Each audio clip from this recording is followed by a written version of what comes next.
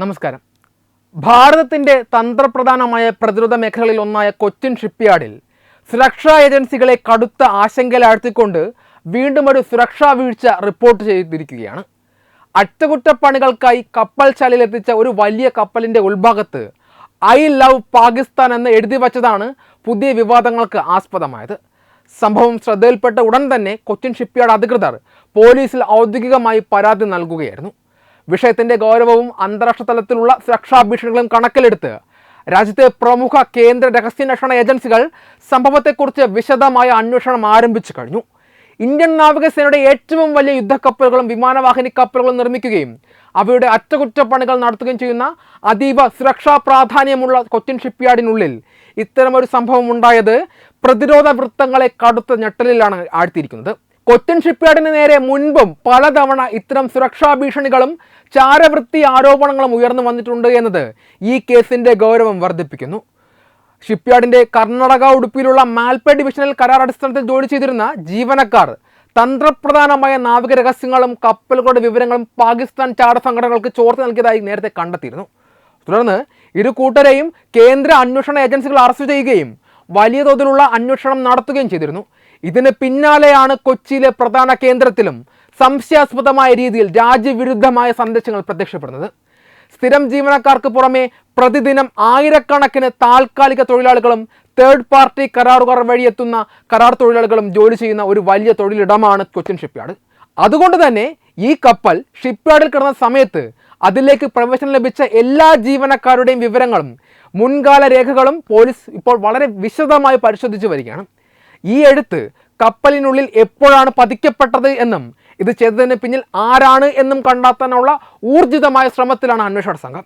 എന്നാൽ ഈ കപ്പൽ നിർത്തിയിട്ടിരുന്ന പ്രത്യേക ഭാഗത്ത് CCTV ക്യാമറകളുടെ നിരീക്ഷണം ഉണ്ടായിരുന്നില്ല എന്നത് അന്വേഷണ ഉദ്യോഗസ്ഥരെ വലിയ രീതിയിൽ പ്രതിസന്ധിയിലാക്കുന്നുണ്ട്.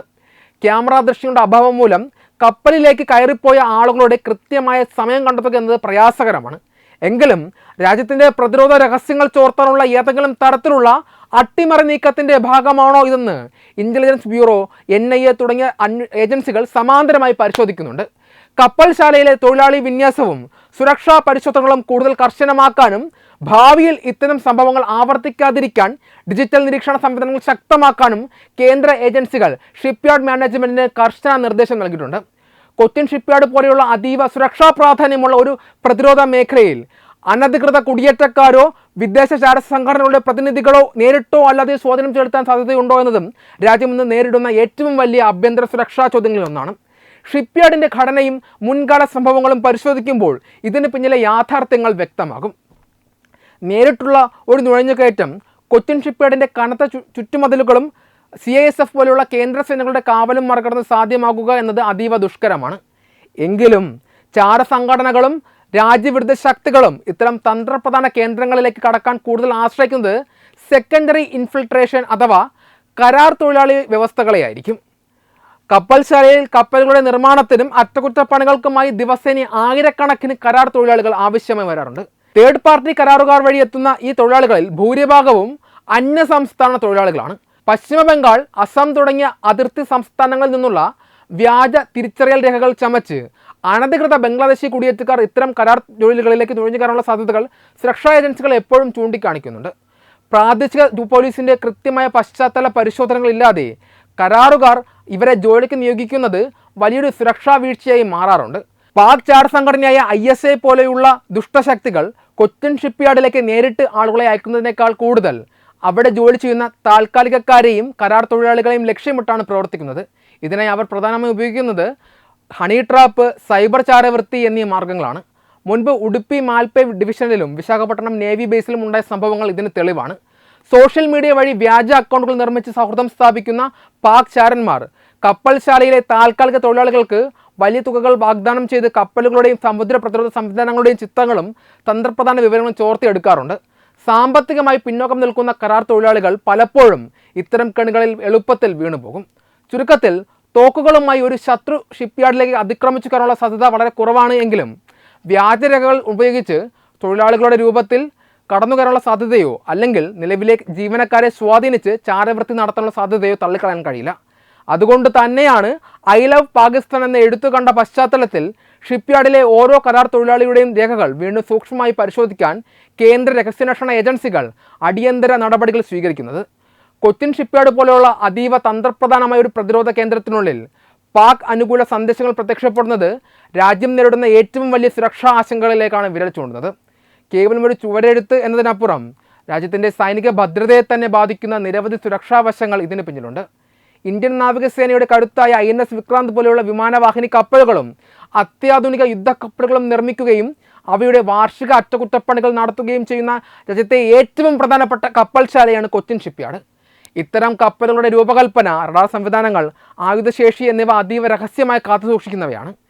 ഇത്തരമൊരു കേന്ദ്രത്തിനുള്ളിൽ രാജ്യവിരുദ്ധ ചിന്താഗതിയുള്ള ആളുകൾക്ക് പ്രവേശനമുണ്ട് എന്നത് ഈ നാവിക രഹസ്യങ്ങൾ ശത്രു രാജ്യങ്ങൾക്ക് ചോർന്നു പോകാനുള്ള സാധ്യത വർദ്ധിപ്പിക്കും.